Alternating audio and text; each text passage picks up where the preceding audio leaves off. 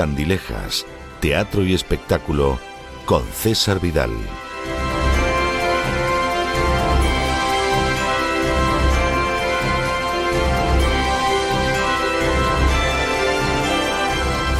Estamos de regreso para entrar en la tercera parte del programa, ya en día viernes y precisamente en el último tramo de toda la semana. Tramo que aquellas personas que escuchen la voz de manera habitual o solo de vez en cuando, pero la hayan escuchado los viernes, saben que es mi tramo preferido de toda la semana. No porque es el último y después de eso tenemos un fin de semana para descansar, aunque bien pensado sería también un aliciente, sino porque en ese tramo final siempre tenemos a algún invitado especial. Es verdad que durante la semana el tramo final del programa siempre es muy especial, lo mismo si entramos en la psicología, en la economía, en la literatura, lo es y es una manera de intentar acercarles la información de carácter cultural en un sentido amplio a todos ustedes, pero los viernes traemos a invitados que son gente muy especial. A veces es gente de reconocimiento incluso internacional. No sería la primera vez que tuviéramos, por ejemplo, un director de cine galardonado con el Oscar. No sería la primera vez que tuviéramos, por ejemplo, a una persona del mundo del arte conocida a uno y otro lado del Atlántico. Por supuesto, sucede. En otras ocasiones es gente menos conocida o quizá limitada en la zona en la que es conocida a su país de origen, al país en el que sigue viviendo y dedicándose a este tipo de actividades. E incluso a veces hemos traído a gente muy poco conocida del gran público, pero sin embargo de enorme importancia. Hoy nos vamos a acercar al terreno de la ciencia y además nos vamos a acercar al terreno de la ciencia con un tema polémico como es el del diseño inteligente. ¿Qué es el diseño inteligente?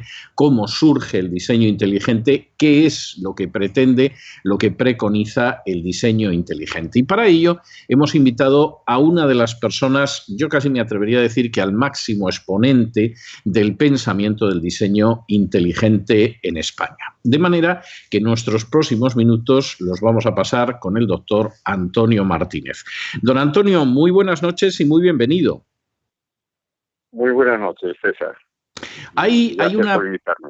No, es un placer. Hay una primera cuestión que yo suelo siempre plantear a la gente que recala en este programa con la paciencia y la gentileza que lo hacen siempre, y es un poco si hubo antecedentes familiares en su trabajo. En el caso de Antonio Martínez es una persona vinculada al terreno de la ciencia, es un médico. ¿Había otros médicos en la familia o el primero que dio ese paso fue Antonio Martínez?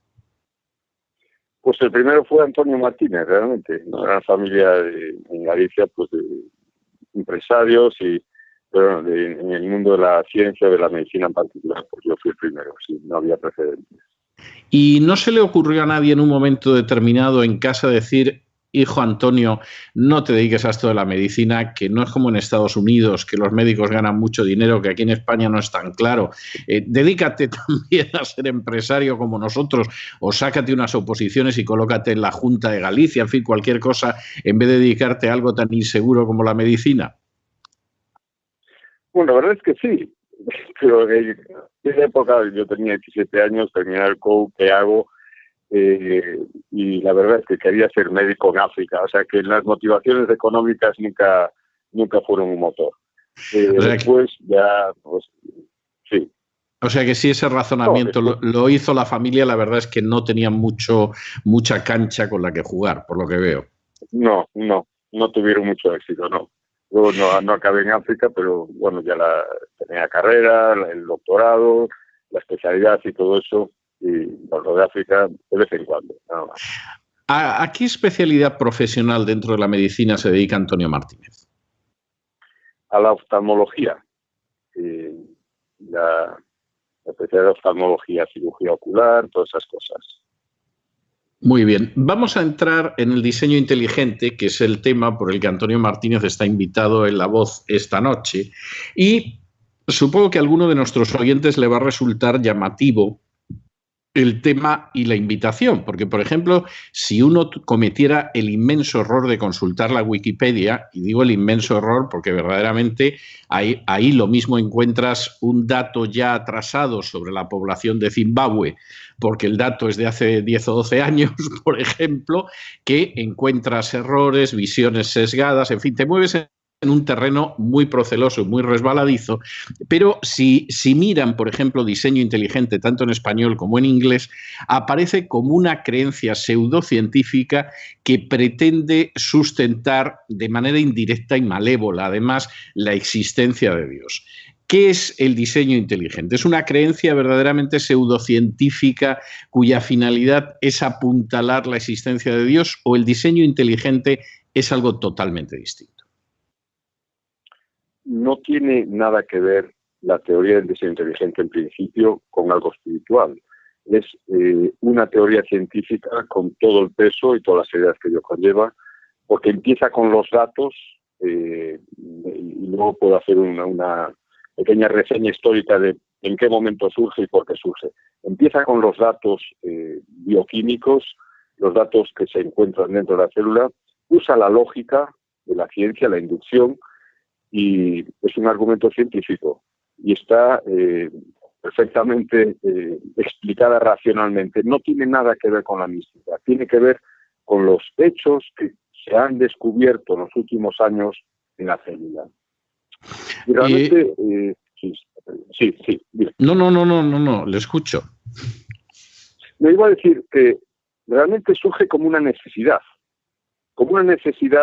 de los hombres de ciencia que están investigando en la bioquímica, en la proteómica y todas las cosas básicas del interior de la célula, porque el modelo que se nos explicó a nosotros, que se sigue explicando desgraciadamente como que los científicos saben por qué empezó la vida, cómo se desarrolló la vida y tal, realmente no encaja en absoluto con los hechos que se van descubriendo. O sea, si alguien a un niño le pregunta, bueno, ¿por qué existe lo que existe? Bueno, por la teoría de la evolución, ¿no? En el principio un océano primitivo, se juntaron ahí unas moléculas y tal, pasó muchísimo tiempo, esas moléculas dieron lugar a la primera célula que con muchísimo tiempo se fue adaptando al medio y tal, y al final pues aparecen los peces, los anfibios, los reptiles, las aves y nosotros, ¿no? Bueno, eso en el siglo XIX pues podía tener algún sentido porque no se tenía ni idea de lo que había dentro de la célula. En el siglo XXI, ya en la segunda mitad del siglo XX, pues cada vez fue más contestada, pero no fue contestada por la religión, fue contestada por muchos científicos. Lo que pasa es que como el modelo, el paradigma, la teoría dominante, pues era eso, en la teoría de la evolución, es más, el naturalismo científico, que es que había que buscar una explicación natural sin tener que acudir a ninguna inteligencia externa para todos los fenómenos biológicos. Bueno, pues desgraciadamente para los que mantienen el naturalismo científico hay muchos fenómenos biológicos que no se pueden explicar simplemente por las leyes naturales de la química. Es decir, no se unen moléculas de forma natural para formar ni ácidos nucleicos ni proteínas, sino que la cosa es muchísimo más compleja y evidencia, inteligencia y diseño, y de ahí surge. Pero no, a ver, que ya en los años 60 hay un hombre muy interesante que es Schuttenberger, es difícil de pronunciar, un profesor francés que era doctor en medicina y doctor en matemáticas.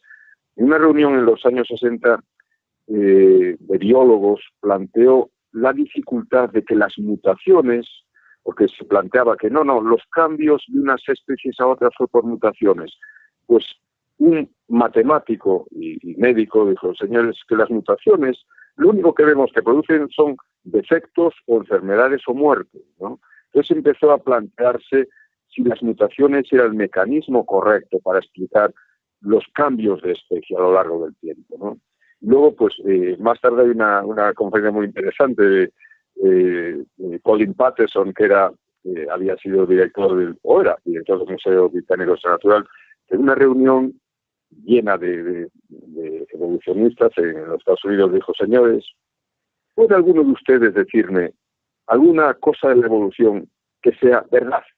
Es decir, que no es algo especulativo. Creemos que pues se unieron así las células en el principio, o creemos que el murciélago viene de un ratoncito que le salieron unas membranas interdigitales, algo que sea verdad. Y hubo un silencio sepulcral, ¿no? Y luego, pues ya en los años 80, hubo un libro muy interesante de un bioquímico australiano, Michael Denton, que es la evolución, una teoría en crisis. Michael Denton es un hombre absolutamente agnóstico, pero que ya investigando la bioquímica de la vida, se dio cuenta de que la teoría de evolución, es decir, mutaciones al azar y selección natural, no podía explicar la complejidad de las cosas que estaba observando, ¿no? Entonces, fueron llamadas de atención.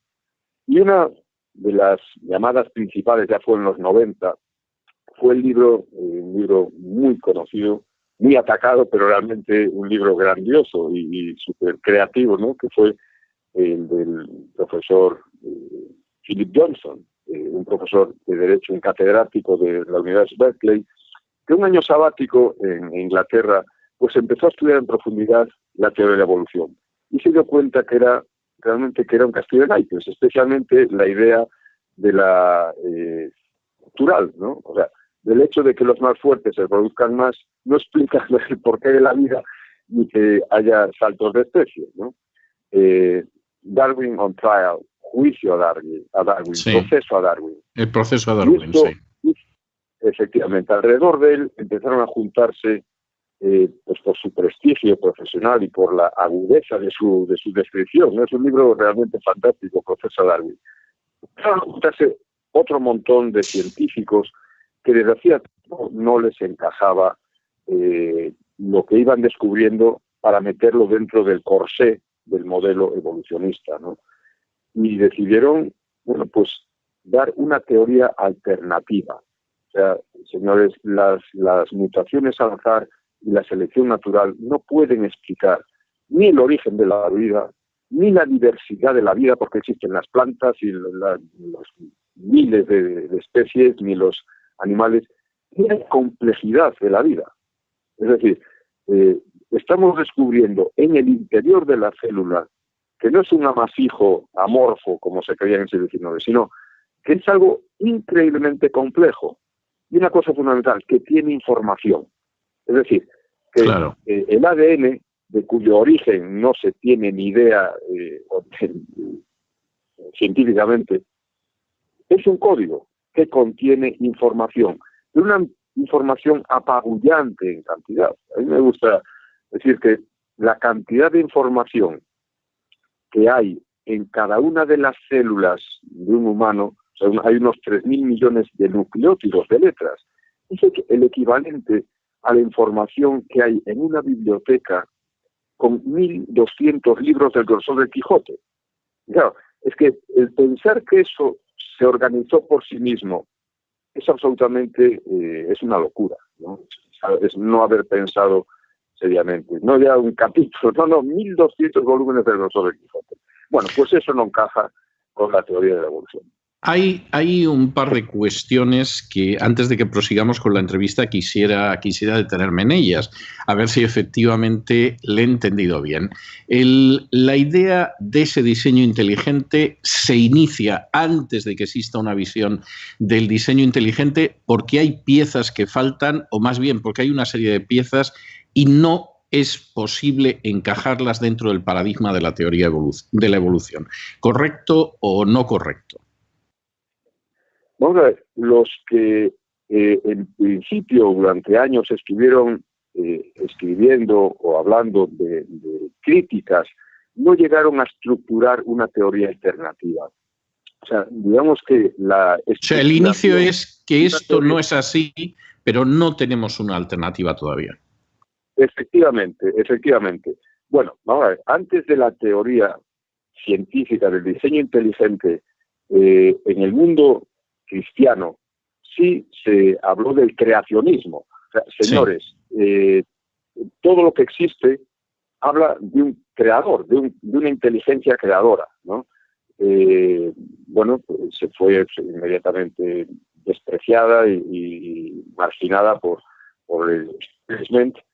Pero el creacionismo como alternativa a la teoría de la evolución surgió antes de la teoría del diseño inteligente. O sea, la teoría del diseño inteligente fue estructurada o definida a partir del grupo que se reunió alrededor del profesor Johnson, ¿no?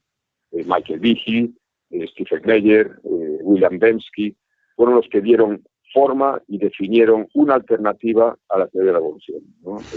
Basándose en los hechos que estaban descubriendo. Ahora, en los años 90. ¿qué es lo que sostiene durante estos últimos 20 años, porque esa es la realidad, qué es lo que sostiene la visión del diseño inteligente? La visión del diseño inteligente lo que pretende es dar una visión alternativa partiendo de una perspectiva religiosa, de una perspectiva espiritual, o por el contrario lo que pretende es una explicación científica alternativa a la teoría de la evolución. Eso es exactamente lo que pretende, ser una alternativa a la teoría de la evolución, una alternativa basada única y exclusivamente en los hechos encontrados y que se van descubriendo, en las máquinas complejísimas intracelulares. Por ejemplo, las células, muchas bacterias tienen una especie de rabito, un cilio, que se mueve, es lo que les permite desplazarse en un medio líquido. Bueno, pues lo que hace mover ese pelito, es realmente un motor. Es un motor compuesto por unas 20 proteínas más otras 30 proteínas reguladoras perfectamente engranadas. O sea, es como el motor fuera a borda de una lancha, ¿no? Entonces, sí. Señores, ¿cómo podemos explicar? Porque cada una de esas proteínas, las 50 proteínas que hacen que se mueva el rotor, tiene una perfecta secuenciación de aminoácidos. Es que si un aminoácido está fuera de sitio en una de esas proteínas, no funciona el motor. O sea, es todo de una complejidad asombrosa. Y ya, pues, esto es un ejemplo, pero pues por el hecho de que ocurre cuando un fotón de luz impacta una célula fotorreceptora, pues hay un montón de acciones químicas encadenadas para que se abran unos poros de la pared del fotorreceptor, haya un intercambio, una diferencia potencial entre los iones que están fuera y dentro y haya una descarga eléctrica. Es decir, cada una de las cosas que ocurren en cada una de nuestras células y en cada célula diferenciada con su papel es de una complejidad asombrosa y de una organización y una sincronización asombrosa. Bueno, pues esto es lo que pretende la teoría del diseño inteligente, es decir, señores, lo que encontramos en la vida, en los entresijos más íntimos de la vida, es que hay evidencias de diseño. Diseño, por definición, es organización de partes con un propósito, ¿no? Sí. Y de inteligencia, porque ¿cómo podemos explicar la información que está contenida en el ADN o en el ARN? Porque la información es algo intangible. La información ahí está codificada de esa forma, pero la información en sí es algo intangible, pero está ahí perfectamente codificada. Y hay en cada célula unos aparatos que leen esa información y de esa información producen proteínas que van a desarrollar las funciones de la célula. O sea, es algo muy parecido a un ordenador, ¿no? Con un programa que hace que se desarrollen todas las cosas que luego se le piden al ordenador. Pero si no hay un programa hecho por un programador inteligente, el ordenador es una máquina ahí que no vale para nada, ¿no? O sea, que hace falta un programa inteligente. Y no puede haberse dado la circunstancia de que simplemente la célula, el ojo, en fin, infinidad de ejemplos que se me podrían ocurrir, han derivado de una acumulación de cambios a lo largo de miles o de centenares de miles de años. Bueno, aquí hay dos cosas importantes a tener en cuenta. Una, la segunda ley de la termodinámica. Yo me acuerdo perfectamente en mi primer año de medicina, en mis clases de biofísica, ¿no? Es la ley de la entropía. Cualquier sistema organizado, el tiempo contribuye a desorganizarlo. Es la ley general. La primera es la energía ni se crea ni se destruye, solo se transforma. La segunda es que todo tiende al desorden. Entonces, el pretender que el tiempo es un factor que contribuyó a un incremento en la complejidad de los sistemas, va contra la realidad física. El tiempo destruye los sistemas. Pero es muy fácil de entender. Si uno deja un coche, un Seat 600 o un Seat Panda en la calle, después de 50 años no se encuentra un BMW, se encuentra chatarra. Y con cualquier o una casa, bien, con cualquier sistema organizado es lo que ocurre, ¿no? El tiempo contribuye no a un aumento de complejidad, sino a destruir la complejidad, a destruir los sistemas. Esto por un lado. O sea que el tiempo no es un factor que ayuda a la evolución, ¿no? Y la otra cosa es lo que descubrió Michael Behe, o definió Michael Behe, que es lo que él llamó complejidad irreductible. Es decir, por ejemplo, en la coagulación, ¿no? Hace falta una serie de moléculas que tienen que estar todas para que se forme una especie de tapón con las plaquetas y tal, pero bueno, pues hay una reacción que se empiezan a encadenar y se forma un coágulo. Bueno, pues es muy conocido el problema de las hemofilias porque falta un factor, ¿no? Otros problemas de coagulación porque falta otro factor. Es decir, que o están todos los factores perfectamente en su sitio o no se produce la coagulación, o no se produce la visión y la gente está ciega, o no se produce el movimiento y la gente pues puede morirse por una fibrosis de pulmonar porque no se expulsan las partículas, porque no hay movimiento de los cilios, ¿no? Entonces, tiene que haber desde el principio una cierta organización, si no, esa máquina no habría podido progresar. Es decir, en un ejemplo de un coche, ¿no? Uno puede tener en su coche pues aire acondicionado, puede tener un volante perfectamente precioso de madera, puede tener un GPS y tal. Pero lo que hace que un coche sea un automóvil es, hay cosas que sobran, pero tiene que haber un motor, tiene que haber unas ruedas y tiene que haber un volante, ¿no? O sea, tiene que haber algo mínimo. Pues en la vida es igual. O sea, si no puede, tuvo que empezar con algo ya bien organizado. Porque por sí solo, si no, nunca habría podido funcionar. No sé si me expliqué bien. Sí, perfectamente. Pero bueno, no es posible explicar la complejidad esta con muchos años, muchos con millones el paso de años del tiempo, y que los sistemas eran más sencillos. Pues no, no es posible. Porque tiene que haber desde el principio ya una cierta organización para que hubiese habido al menos una cierta funcionalidad, ¿no? Uno puede tener un ojo complejísimo, pero tiene al menos una célula fotorreceptora. Bueno, pues una célula fotorreceptora, la más sencilla, es increíblemente compleja. Es decir, el gran problema, o uno de los grandes problemas que no respondería la teoría de la evolución y que obliga a pensar en un diseñador inteligente, en la existencia de un diseño inteligente, es el hecho de que finalmente las formas vivas son infinitamente más complejas de como pensó Darwin, incluyendo la célula.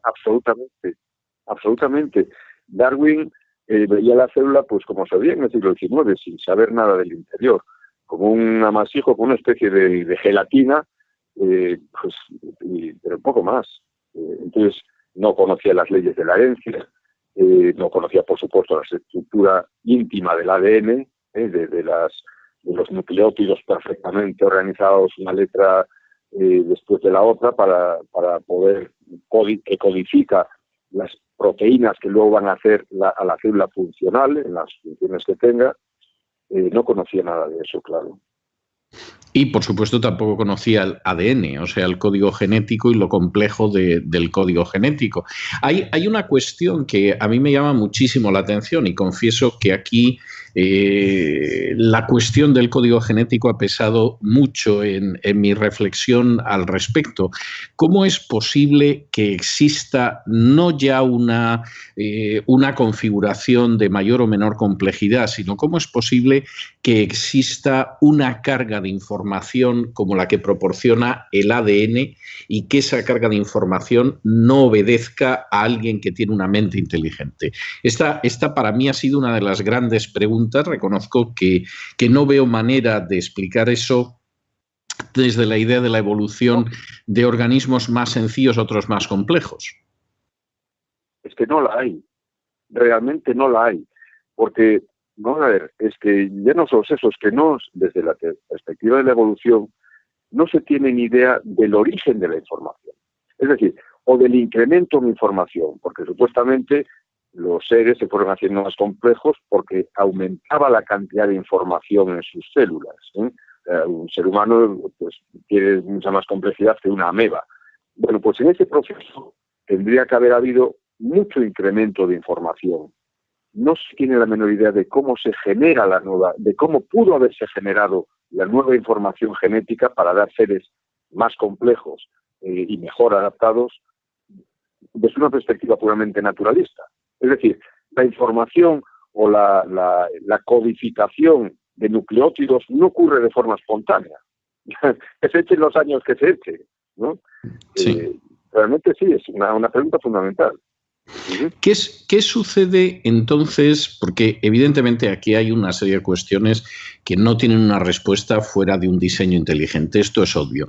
Pero ¿qué sucede, por ejemplo, con los argumentos que a veces se utilizan y que presuntamente probarían que somos fruto de un proceso evolutivo? Es decir, por ejemplo, el hecho de las mamas en el varón. El hecho, estoy pensando en argumentos que se utilizan a veces, ¿no? El hecho de que supuestamente debimos de tener una especie de rabo, de cola, semejante a la de ciertos monos y queda un vestigio al final de nuestra espalda, pero se cayó en algún momento de nuestra cadena evolutiva. ¿Qué hay de verdad en esos supuestos argumentos que indicarían que en algún momento éramos de otra manera? 3 o 4 especies atrás, por decirlo de alguna manera un tanto pedestre que se pueda entender, y quedan vestigios de que efectivamente éramos así unas especies antes y ahora eso se ha perdido, pero ha dejado una huella. ¿Qué es de verdad? Sí. Nada. Lo que se llaman los órganos vestigiales, ¿no? Sí. Por ejemplo, durante mucho tiempo se pensó que el apéndice, por ejemplo, sí, de las apéndices, ¿no? Se pensó pues que era eso, un órgano vestigial que no tenía ninguna función y que simplemente era un resto que había quedado ahí de nuestros ancestros, ¿no? Homínidos o monos. Bueno, pues totalmente falso. Hoy se sabe que el apéndice tiene una función defensiva, que es un órgano defensivo lleno de linfocitos para preservar el tracto intestinal pues libre de infecciones, ¿no? El rabo, el coxis, que es un vestigio de la cola, es totalmente falso. El coxis es fundamental para la estructura del periné y del bajo, bueno, de lo que sostiene pues, todo la vejiga, todo. Es decir, lo que en un tiempo se llamaban órganos vestigiales que no tenían ninguna función, ¿no? Pues eso, como el coxis, se han ido descubriendo las funciones reales. Y en cuanto al ADN en sí, durante mucho tiempo, porque esto es también muy interesante, se pensaba que la mayoría del ADN, o sea, que el ADN que expresaba la formación de proteínas era un pequeño porcentaje del ADN. O sea, que la mayoría del ADN simplemente estaba ahí como vestigios del pasado, pero que no se expresaba para la formación de proteínas. Bueno, pues se ha visto que lo que se llamaba ADN basura o ADN vestigial tiene unas funciones fundamentales en la coordinación, en la reestructuración. O sea, es fundamental para que funcione bien el ADN que funciona o que expresa proteínas, ¿no? Y bueno, pues esa es la realidad. Que todo aquello que en ignorancia se pensaba que eran simplemente vestigios de nuestros ancestros, se ha visto que no, que son órganos o partes del ADN que tienen una función fundamental en la vida. Hay una cuestión que entonces, bueno, que llama la atención. Por ejemplo, yo he leído en los últimos años a científicos evolucionistas que ya no sostienen que el ser humano es fruto de una evolución, como se ha sostenido desde Darwin hasta ahora, sino que afirman que en algún momento alguien intervino en nuestro desarrollo. Es decir, es imposible aceptar, por lo menos ellos a estas alturas de la historia no pueden aceptar, que efectivamente el ser humano ha venido precedido pues, por el australopiteco, el pitecántropo, etcétera, etcétera. La distancia es inmensa, por más que hasta el cine lo intente negar. Y me llama la atención que alguno de ellos ha confesado expresamente que cree que lo que sucedió fue una intervención de seres fuera de la Tierra que nos hicieron dar el salto como especie. Bueno, ¿realmente es tan desesperada la situación de la teoría de la evolución como para que haya científicos que digan que al final la aparición de la vida y sobre todo la aparición del ser humano tiene que vincularse precisamente a seres de fuera del mundo que nosotros conocemos para que sea posible? ¿Verdaderamente está en una situación tan desesperada la teoría de la evolución? Pues para los que tienen el valor de cuestionárselo, sí, absolutamente. Hay un hecho curioso.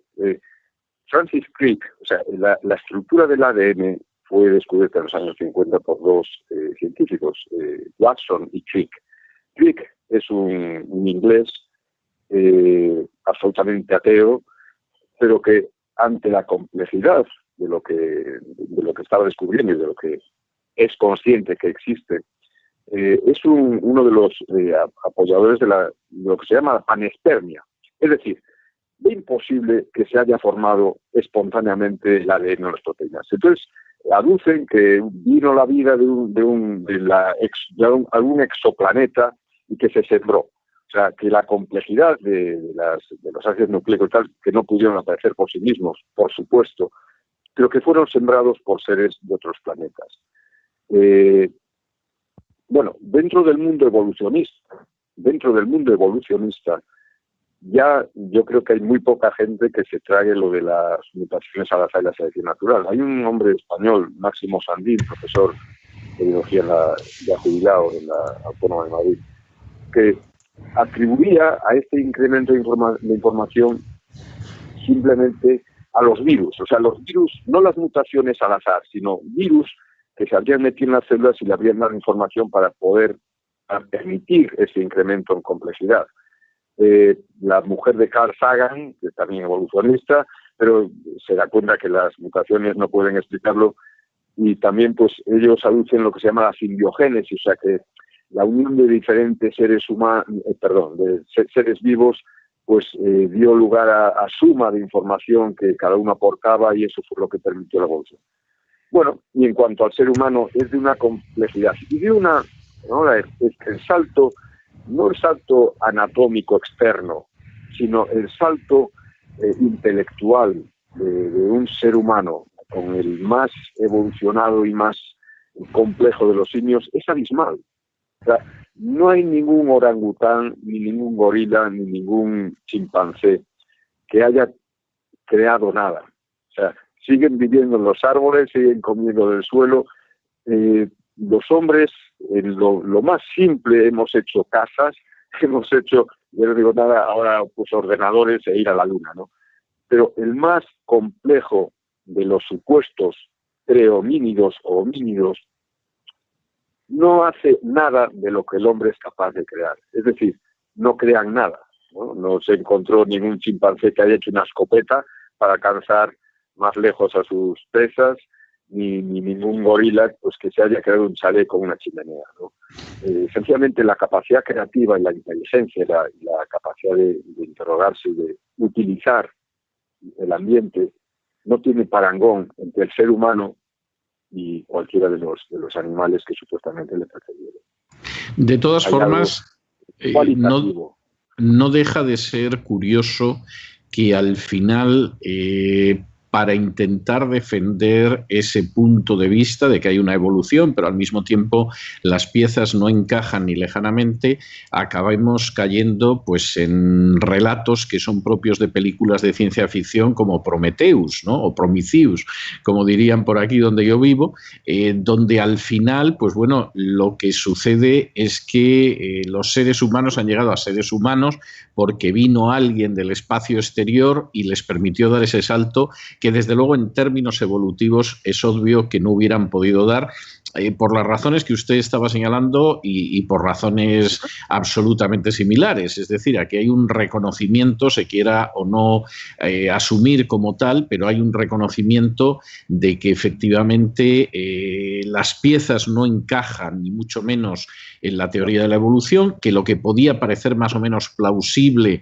a mediados del siglo XIX es absolutamente insostenible ya a finales del XX, y entonces hay que buscar algún tipo de ayuda mítica. La pregunta es cómo se puede decir que el diseño inteligente es pseudocientífico y al mismo tiempo apoyar que, bueno, que el ser humano ha llegado a ser lo que es porque ha venido alguien del espacio exterior a empujarle para que diera ese salto, ¿no? Porque eso realmente ya es una novela de ciencia ficción, ya es la creación del mito, no parece que sea algo científico. Claro. Eso, ¿por qué siguen haciendo eso? Tendría que preguntar ustedes a los que denigran el diseño inteligente, yendo absolutamente en contra de los hechos, ¿no? Y luego la fantasía es libre, por supuesto. No, claro. La fantasía, pues, eso... pero ese es el último recurso al que se está llegando, a la fantasía pura y dura. Ahora, insisto, a mí me parece interesante, a mí me entretuvo muchísimo la película de Prometheus y las que han venido después y todo lo demás. O sea, quiero decir que me parecen películas entretenidas como películas, como han podido parecer antecedentes de eso, como fue el caso de 2001, que en última instancia ya era un antecedente de decir el ser humano no evoluciona, no puede dar ese salto del primate a lo que es el ser humano, y lo que hay es la intervención de una inteligencia extraterrestre para que lo consiga.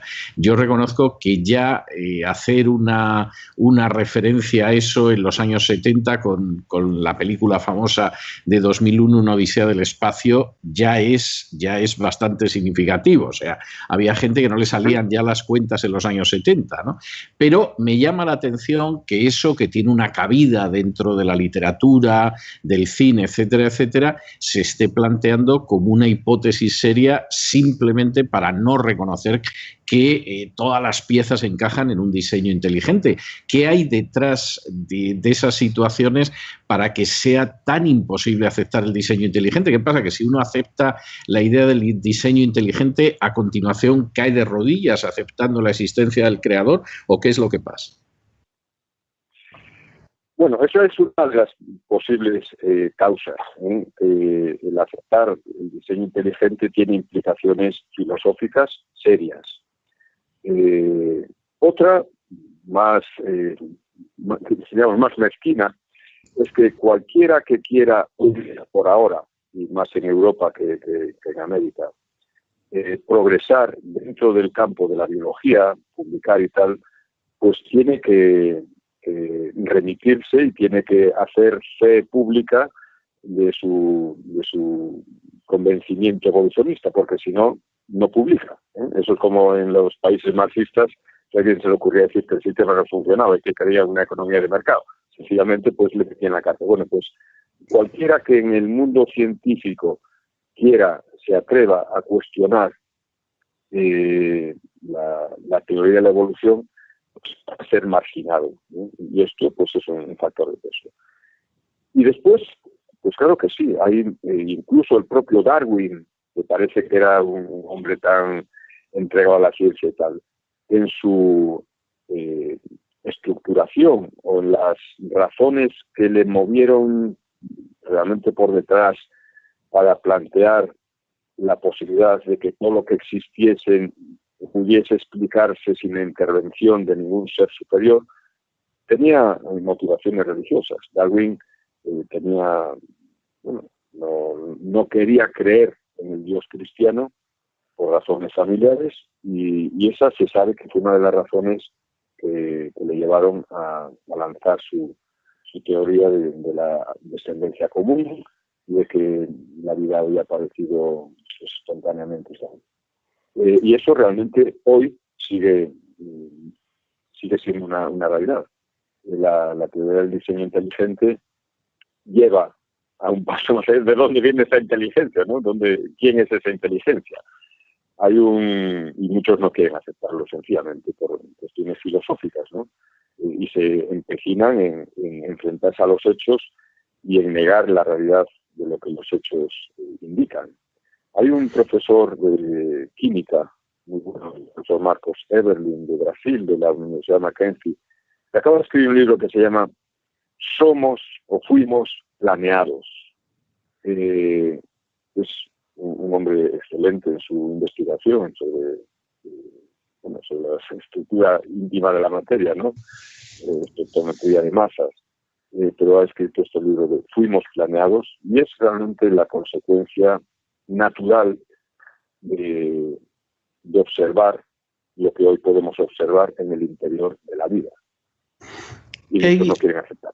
Hay algunos aspectos, además de Darwin, que yo estoy recordando a medida que va transcurriendo esta entrevista, pero que a mí me parecen enormemente llamativos. Yo recuerdo que en una de sus cartas, que por cierto en la edición de la autobiografía de Darwin en 2 volúmenes de Alianza Editorial, esa carta aparecía, es uno de esos libros que yo he perdido en el exilio, pero que en su día leí, tenía señalado el párrafo, pero él comentaba en esa carta que había momentos que a él le parecía que todo se debía a la selección natural, pero había otros momentos en que él observaba la naturaleza y llegaba a la conclusión de que tenía que haber un plan inteligente.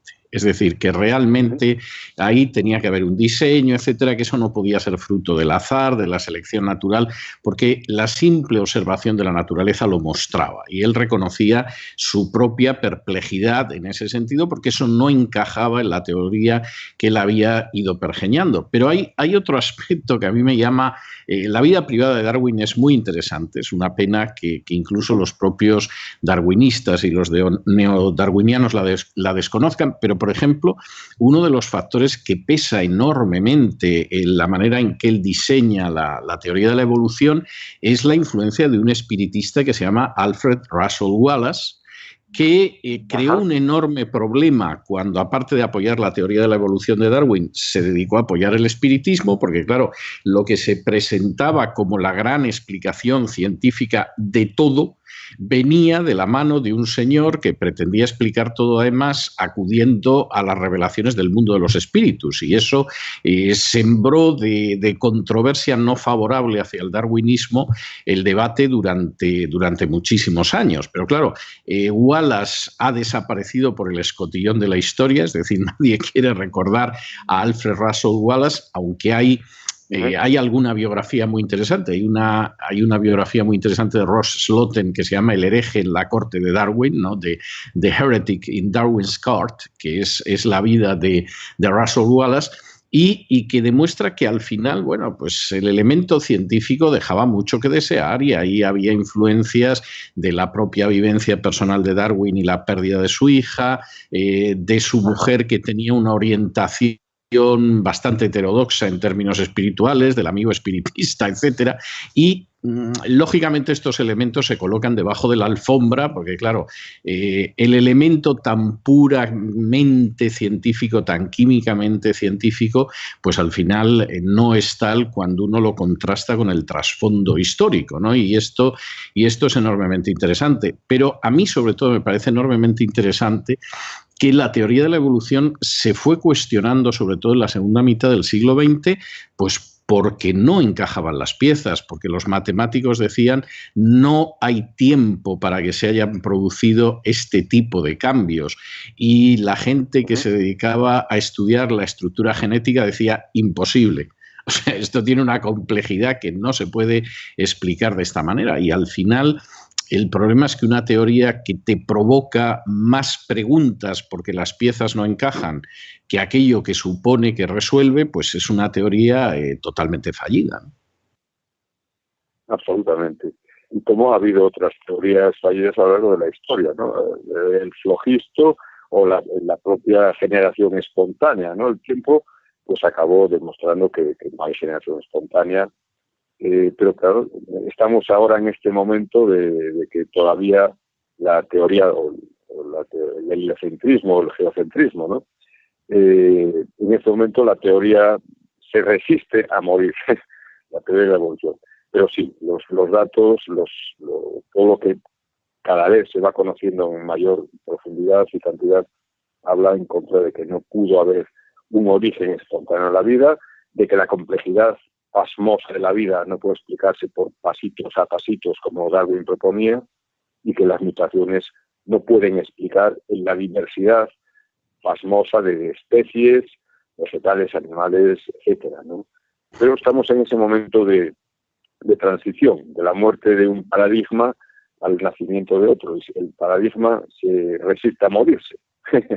Bueno, es lógico y además, vamos, eso no me sorprende, pero además hay otro elemento que usted mencionaba y que a mí me parece enormemente interesante, y es el de conquistar los centros que dicen que es verdad y que condenan al hereje que no se alinea en torno a esa verdad. Es muy interesante también, pero es otro de los aspectos de la historia del darwinismo que se suele desconocer y a veces se oculta conscientemente, que Darwin, junto con otros amigos, plantea la conquista de cátedras. Y se conserva la correspondencia en la que dice: tenemos que ocupar todas las cátedras. Es decir, aquí no hay debate científico, aquí no hay discusión científica, aquí no va a haber nada, aquí hay una imposición del dogma, y para imponer el dogma, las cátedras relacionadas con la biología, las cátedras relacionadas con la geología, etcétera, etcétera, las tomamos nosotros y se acabó. Aquí no hay discusión, ¿no?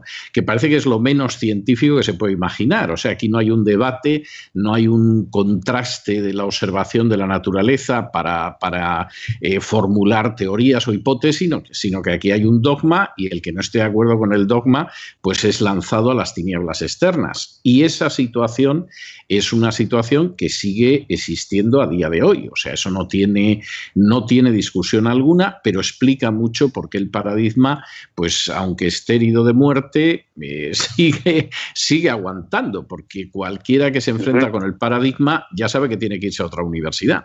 Si tiene la suerte de encontrar otra universidad, que en España debe ser prácticamente imposible, y en Estados Unidos es una posibilidad, pero evidentemente una posibilidad en muchos casos de inferioridad, ¿no? Esto parece bastante claro. Hablando de esa intolerancia, don Antonio me va a corregir si yo me equivoco, pero tengo la sensación de que en algún momento que se ha pretendido en universidades españolas dar conferencias sobre diseño inteligente, ha intervenido la Inquisición académica para impedirlo. Absolutamente.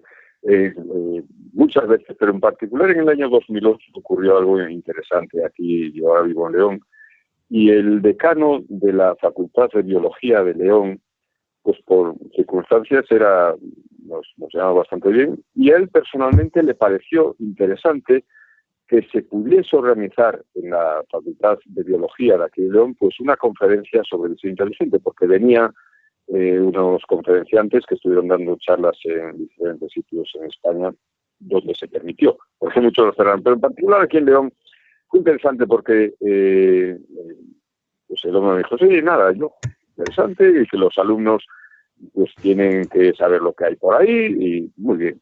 Bueno, pues como 2 días antes me lo encuentro en la calle y me dice: oye, estoy teniendo unas presiones horrorosas para que no lo permita, pero no te preocupes, que voy a mantenerlo. El día anterior me llama: mira, lo siento, ha sido imposible. Me ha llamado el rector de la universidad, me han achicharrado de llamadas, de emails de la Sociedad Española de Biología Evolutiva, que hay que cerrar, que eso no se puede organizar, que no se puede organizar, y no se pudo hacer.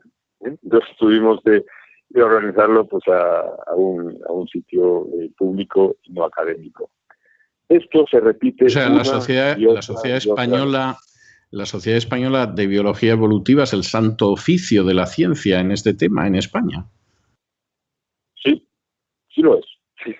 Y no permite que se levante ninguna cabeza, intenta aplastarla nada más empezar a asomarse. Esa es la realidad. No solo en España, yo creo que en Europa y en los Estados Unidos hay una película muy buena que está en internet, hecha por Ben Stein, que es Expulsados, no se admite inteligencia, que cuenta la persecución de los científicos que se atreven a hablar de diseño inteligente, ¿no? En inglés es Expelled, no Intelligence Allowed. En español, que está en internet, Expulsados, no se admite la inteligencia. Y es un reflejo de lo que está ocurriendo en el mundo académico, ¿no? Pero es un poco como confiamos, como en el caso del marxismo o el comunismo, ¿no? Que acaba cayendo porque ya los que lo sostienen, yo creo que son conscientes de lo insostenible y que acabarán pues, cediendo. Pero va a llevar un tiempo.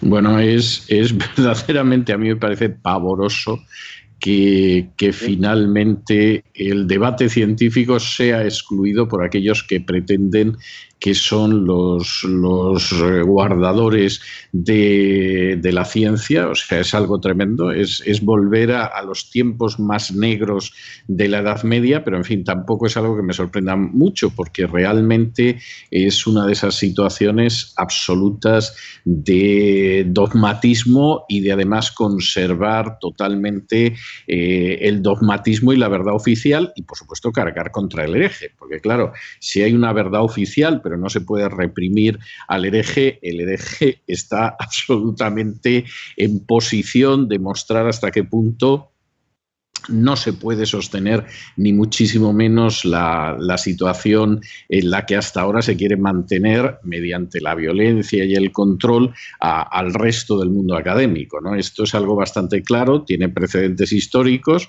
y bueno, afortunadamente ahora no pueden quemar a la gente, pero en cualquiera de los casos sí pueden, desde luego, en un momento determinado, acabar con lo que sería incluso la vida civil de esa persona, ¿no? Es decir, pues si te excluyen de ciertos foros, si no puedes entrar en ciertos foros, etcétera, bueno, la muerte prácticamente civil sí que la han conseguido de alguna manera o de otra.